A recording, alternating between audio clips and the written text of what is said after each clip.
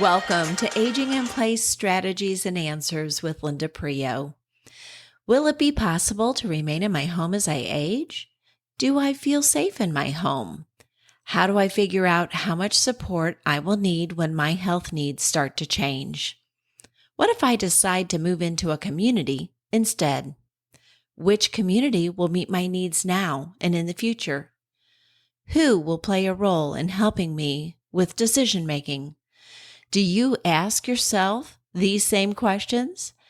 Aging in Place Strategies and Answers can help you gain practical knowledge that will help you create your own Aging in Place roadmap. If you are already a care partner, a power of attorney, or in crisis mode with your Aging in Place strategy, you will learn what you need to know that you don't know. For over 20 years, I have been marketing Aging in Place services to clients and educating families and healthcare professionals in how to put aging in place strategies into place. When you utilize aging in place, you are allowed to choose where you want to live and make those decisions so that you can retain your quality of life.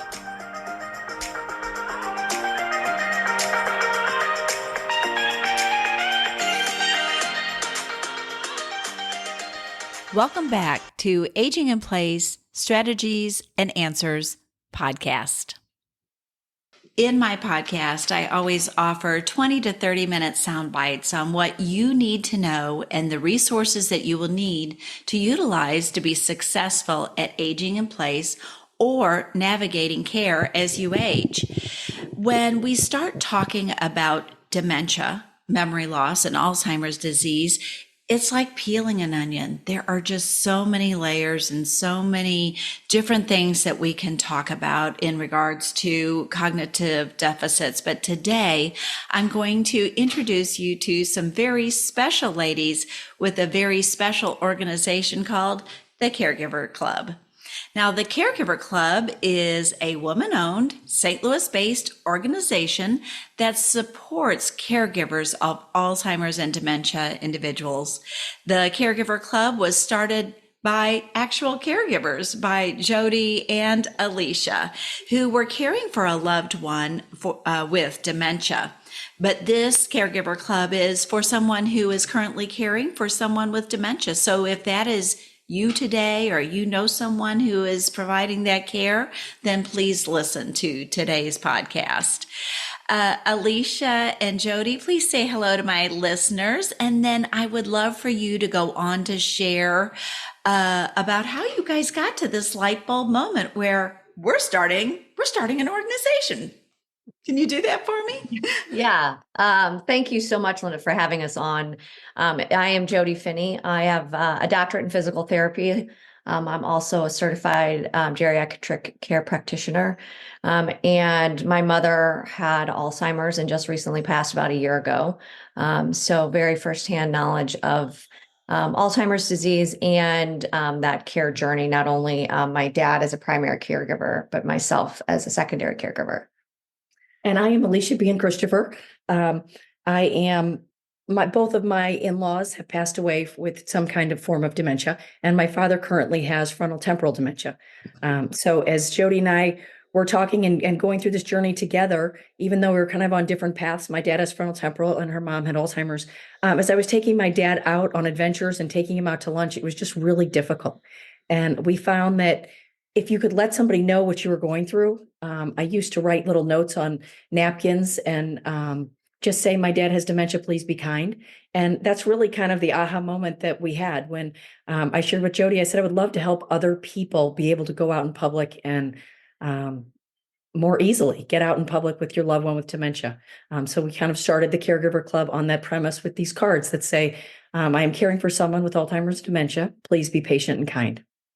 Which is amazing because, you think sometimes things can be so big and so large, and yet such a small thing is so big and so large when you're the one going through it. And I would say you guys have gone through it, personally, and now Alicia with you, with not only your in-laws, but now your own father going through this journey. I always have been very grateful that neither my father or my mother, who I was caring for, had dementia at the time, but it raises the bar very high. So when you hit that light bulb moment, then you had to come up with an aim. And I love your aim for starting the Caregiver Club. Yes.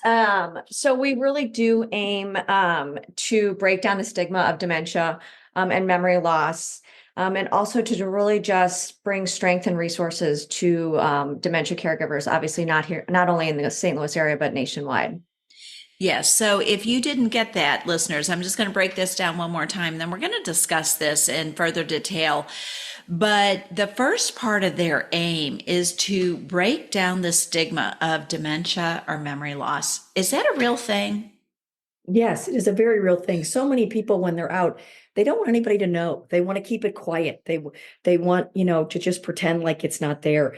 And so many people kind of feel like people with dementia and Alzheimer's don't have a quality of life, left to get out.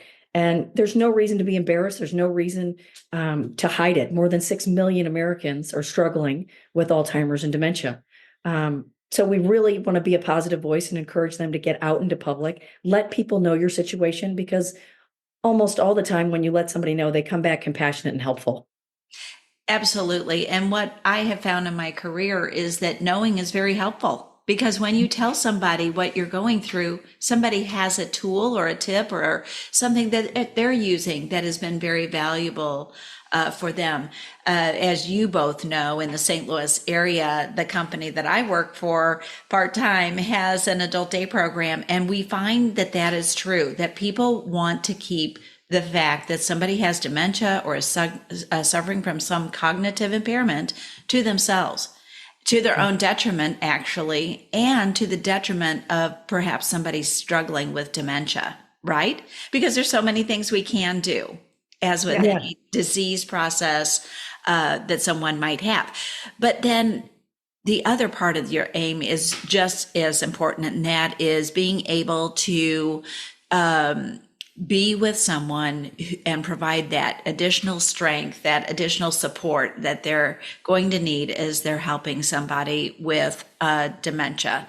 So let's talk about that. The second part of your aim is to give caregivers the strength they need in their caregiving journey. How do you do that? How do you, based on your experiences and what you've gone through, I know this is personal to you. So what did you find out as you were going through, and then how did that impact the Caregiver Club and its inception and what you're focusing on now?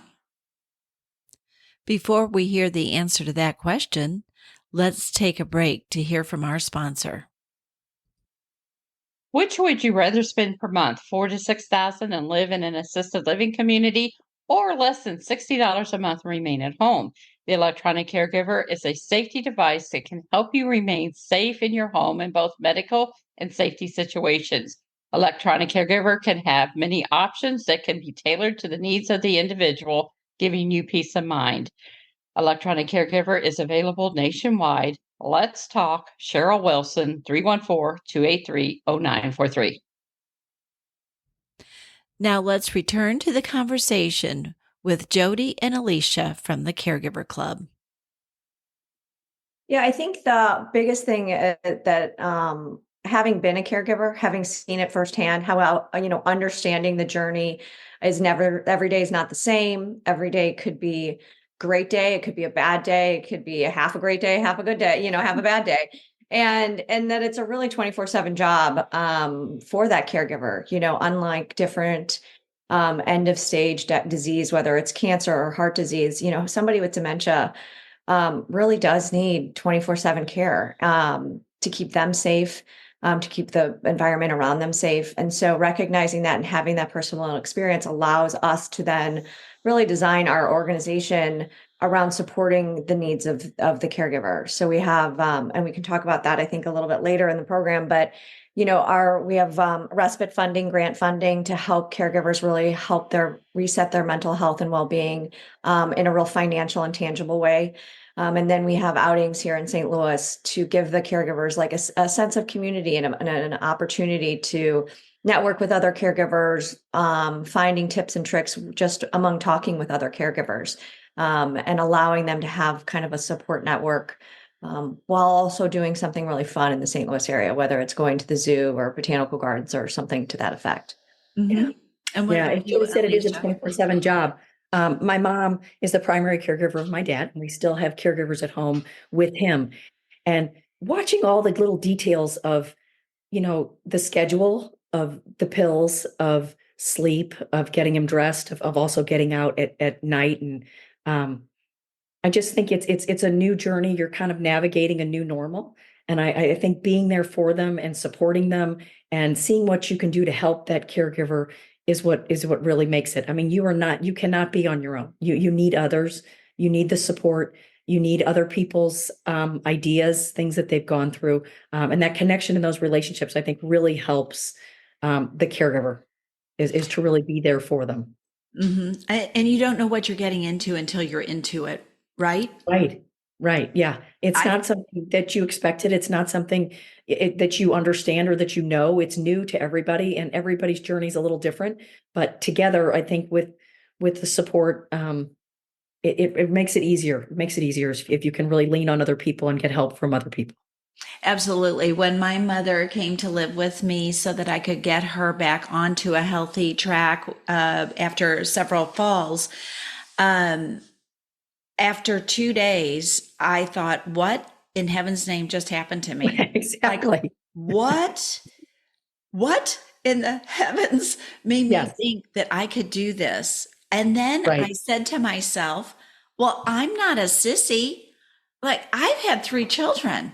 I am just going to have to put those mom pants back on Hmm. and get my act together. So, yes, organizationally, I felt like I could do that from a mental capacity standpoint, but there's so much that comes into this picture emotionally and Yes. the physical part that is very draining that people do not understand. And probably after 2 weeks, I evaluated how well I was doing. And I said, I'm not doing so bad. And then I started not sleeping so well. And then I Mhm. started getting a little bit more stressed. And I thought, wow, this is going to be a long ride. So then I moved into problem solving and getting more support. So yeah, from your personal journeys and going through that, you can really see the value of people who can come alongside you that understand, Exactly. right? Exactly. What you guys are talking Yeah. about. And it changes every day. I mean, there's especially with Alzheimer's, it's, there's months and weeks that are the same, and then all of a sudden something changes, and then you have to reevaluate and you have to kind of change the game plan again. So it's not consistent. Things are always changing. Can you guys share your vision statement with our listeners today? Sure. The caregiver strives to bring a positive voice to the dementia community. We envision a world where dementia diagnosis is not kept secret, locked behind closed doors. We strongly believe that with knowledge comes understanding, and with understanding comes compassion. A dementia diagnosis can be scary and bring uncertainty, but does not have to be surrounded by sadness. There is still so much life, laughter, and love to be shared. Through this positive, understanding, and compassionate lens, we aim to uplift and support caregivers so they can continue supporting the individuals they care for. Absolutely. And I love that. There's so much in that vision statement. But if my listeners didn't catch it all, I just want to repeat that there is so much life and laughter and love to still be shared in the dementia journey, which I don't think often people realize. We jump ahead to the end, or we assume that because somebody was in this stage of the journey or was experiencing it a certain way, that our loved one will experience the same way. And that is just not always the case because dementia is unique and individual to every person. So if you are listening today to this podcast, I just want you to have this hope to hang on to, whether you are a care partner or you are a family member. So the Caregiver Club is a 501c3 organization designed to help support the caregiver, but because it is a 501c3, that means that it is supported by contributions. And so I want you as listeners to be hearing that, because you might develop a whole new passion for supporting the Caregiver Club and Jody and Alicia and what they're trying to do. But can you share some unique ways that you are helping to support the caregiver? I know you kind of started mentioning some of those things. Sure. One of the things too, I just want to tell the listeners, and we get this question a lot. We just really like the name in terms of Caregiver Club. It is not a membership based organization. You don't have to pay to play. We are, like Linda said, a fully registered 501c3. So all donations made to the Caregiver Club are tax deductible. But we have we fund three different programs. One national program, which is our Caregiver Respite Initiative. And like I mentioned that before, it is a grant funding program. So if you can nominate a dementia caregiver, or you can nominate yourself as a dementia caregiver, and 3 times a year, we give out respite funding, which is really just a personal check to the dementia caregiver to use to their discretion. And really what brings them mental health and well-being and really resets their caregiver burnout. It could be to bring in private care. It could be to get their house cleaned. It could be to bring in meals. It could be to go have dinner with their best friend or go see their grandchildren. And so it's really just meant for them to do what they see as respite. And we have our next one coming up, which is really exciting. It closes on midnight, May 31st of 2024. And we will have then another one in September. So they run 3 times a year, January, May, and September. And it's all on our website. You can just, under our program tab, hit nominate a caregiver. Then our local program. Yep, our local program is called the Caregiver Companion Outings. They are local. Again, they're fully underwritten by the Caregiver Club. They're kind of our take on an active support group. You do have to register online because we like to keep the numbers small. We know that the confusion and chaos for this group needs to be controlled. So we do have keep them for small groups. It's to get you out into the community, make connections with other people, have the opportunity to talk to someone else on the same journey, get you out of isolation and really enjoy some fun places. Again, they're local in St. Louis. So we've been to the zoo, Grants Farm, the Botanical Gardens, the Art Museum is coming up. Usually we have a calendar on our website that kind of tells you what's coming up and what's next. On Monday, we are actually going to the Missouri Botanical Gardens for the night. So they are free to everyone. So you just have to go online and register if you're in the St. Louis area. What are some of the comments you guys have gotten from people who participate in those events? Oh, they love them. It's an opportunity to do something you normally wouldn't be able to do. We make it pretty easy. We usually have parking. We always have food, and everybody loves it. Loves a chance to get out and do something you normally wouldn't do with your loved one. And and this is part of the dementia journey, is that wondering what it's going to be like. And so you guys have come alongside. You've created great event places, and then some of the stressors that people who are caregivers start thinking about. How will I get into the event? Where will we be? Where will we meet? Where will I park? What's it going to look like? Are we going to have food while we're there? All those things. And you come alongside, and honestly, all you have to do is go to caregiverclub.org and look at some of the pictures that they post. And because I know Alicia and Jody, and I know some of the people who participate in their outings, they come home re-energized, refilled. And it doesn't matter if you're the caregiver or the person who has dementia. Do you agree that both get the value out of the event? Yeah, absolutely. We're definitely, obviously we're caregiver focused, but in turn, we're also, the individual with memory loss is getting the support and the socialization and the help and, making memories with their loved one just as much. So we're killing 2 birds with 1 stone, so to say. Yes. And you're fulfilling that aim, where you're trying to give somebody a great outing. And that's where the love and the laughter and the memory, even in a place where we have a chronic disease or a cognitive deficit disorder that's is so wonderful. And that's what the experience is all about. And so definitely you're meeting the aim with that.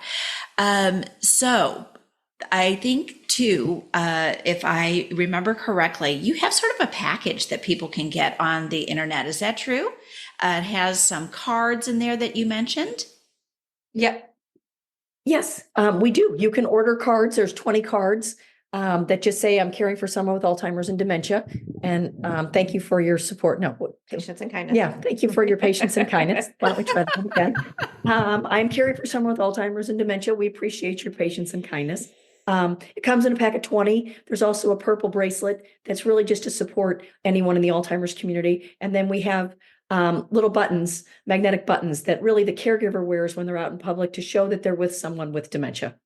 You can find those on our website, send those all over the country. We've sent to 15, 16 different states already. You can also just buy a pack of cards or just a pack of buttons. Wonderful. And that, again, that's just such a wonderful support. You guys are breaking some new ground, right, in your organization, because you started a training program for dementia friendly dining, which I think is amazing. Can you share why this is so important and how the restaurants are reacting to the training program that you're offering? Yeah, so it's a fairly new program for 2024. We received a grant to really build out a standardized module in order to train front restaurant staff, so servers, hostesses, and allow them to really understand kind of dementia best practices in terms of communication and different tips and tricks for the restaurant, to allow the dining experience to really be supportive and non-threatening, and allow individuals, the caregivers and their loved ones, to go out and enjoy a meal out and about. And knowing that restaurant is supporting them in that way. So we have a few partners at the moment. Salt and Smoke is one of our biggest supporters, looking to grow that program over the next year and a half, as our training modules kind of finish building out. That's the goal for this year. And then really making it kind of push button for these restaurants that do want to partner with us, allow them, it's a minimal cost on their end. And then it really, supports the dementia community across St. Louis. And training the staff is we can do it in person, and also obviously through those modules that they can do at their leisure. And good reactions from the companies that you like Salt and Smoke that you have worked Yes, I mean, it's definitely been it's been wonderful, in a lot of ways. The restaurants are like, we should be treating everybody like this, but it is, when you pinpoint it to, the senior community, sometimes they get, just the stigma of being an old person, and it's not the case. And so, really allowing that educational piece to come into the restaurants and into the front office staff.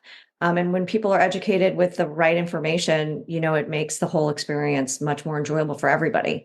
And so, yeah, it's been great. Yeah, absolutely. And I do a talk about ageism, but we were at a restaurant the other day, and of course they, instead of having the wait staff bring the bill, they had the kiosk right there at the table. Oh, right. And it was just so funny. I just sort of was sitting and watching and observing how they were helping the older dining residents with that kiosk, because, things keep changing and people are not comfortable with all that. But they offered two models where they could, you could do it yourself, or they would help you with that. But at a time and place where there are going to be more seniors than 18-year-olds in 10 or 11 years, this is big. This is so timely. So thank you for doing that. And you say you got a grant as if it was just like, oh, that was so easy. Anybody's gone to any website to get any grant or completed the paperwork. It's genius level. So I give you a hand clap and an attaboy and way to go, because I know that is not easy. When I do my podcast, I know that being a caregiver is not easy. And so I always want to support caregivers, give them a little tip, something from our personal experience. something that they can take with them and know that they're not alone. So I want to get those from you. So be thinking, but I do want to direct people back to your website because there's a couple of things that are important. Obviously, the Caregiver Respite Grant that's going to be closing soon, but obviously you open that again. Okay. Restaurants that want to connect and be a dementia friendly site. That's important. And then also how they can support you in your aim and purchase those cards and that pin that they can wear. And then the bracelet, of course, which is purple, is what we have known to love and respect for the Alzheimer's awareness community. So caregiver tips. Who wants to go first? Alicia or Jody? I'll jump in first. Okay. I think one of the best tips somebody ever gave me was to meet them where they are. Don't try to change them. Don't get frustrated, but really to meet my dad where he is in that day, because every day is different. And so in the morning, he's much better. And a lot of times he knows my name and he's super cute and calls me Alicia Bug and how are you? But when night rolls around and he's more tired, a lot of times he calls me Barbara, and Barbara was his sister. Okay. And in the beginning, I was always trying to correct him or say, no, that's not it. And he'd get frustrated and I'd get frustrated. And someone said, just meet them where they are. If you're Barbara right now, just be Barbara. And it really just made everything so much easier because it didn't matter to me and it really didn't matter to him. And it just kind of took the edge off of everything and made life a lot easier just to be where he was, join him where he was instead of try to bring him to where I was. Absolutely. Absolutely. That is such a big tip. Easy to say, hard to do, Easy right? to, in the beginning it was. You always want them kind of you want them to feel like they're right. Or I wanted to make him know that that's not right. This is where we are. But because of the disease and the journey, it just made it so hard. It made it harder for him and it made it a lot harder for me. So once I could really let go and meet him where he was, knowing he was tired, knowing it was the end of the day, it really made it so much easier. Absolutely. Thanks so much for that tip. Jody, what are your thoughts? Well, kind of piggybacking on, meeting them in their reality, is really the way in which you speak, the kind of verbal communication that people can use with individuals with dementia, which a lot of times they call it the yes and approach, which is really kind of agreeing with them, because they're in a reality that they truly believe, whether it's, Alicia's Barbara or it's Saturday and it's really Tuesday. And so kind of validating them in where they are and using, yes, you're right, it's Saturday, and then redirecting, into something different, or, trying to agree with them as long as it's safe, and then really redirecting. I think redirection, does allow, for decreased anxiety, decreased frustration, and you can accomplish a lot more in a day when you kind of agree with them to some, validating their thought process and then redirecting them into something that you need them to do. Is really can be really helpful. We have to do that with my dad all the time because he wants ice cream. And if you say no, he gets very agitated. But if you can say, yes, we're going to get ice cream, and first we're going to go to the grocery store, then he goes with it. But if you say no, that it's just combative. Yeah. So the yes and approach really makes things a little simpler. Yeah.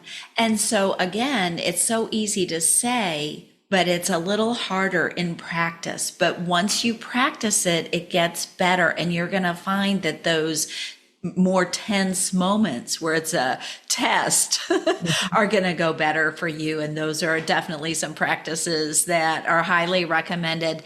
The Caregiver Club .org is where you're going to find a lot of wonderful information. Thank you, Alicia and Jody, for all that you do, all that you're bringing to the dementia community, in supporting caregivers in their journey, and also in supporting the person who's experiencing Alzheimer's and giving them such joy in their lives with a beautiful outing and time for their loved one, that they would want their loved one to have a break, right?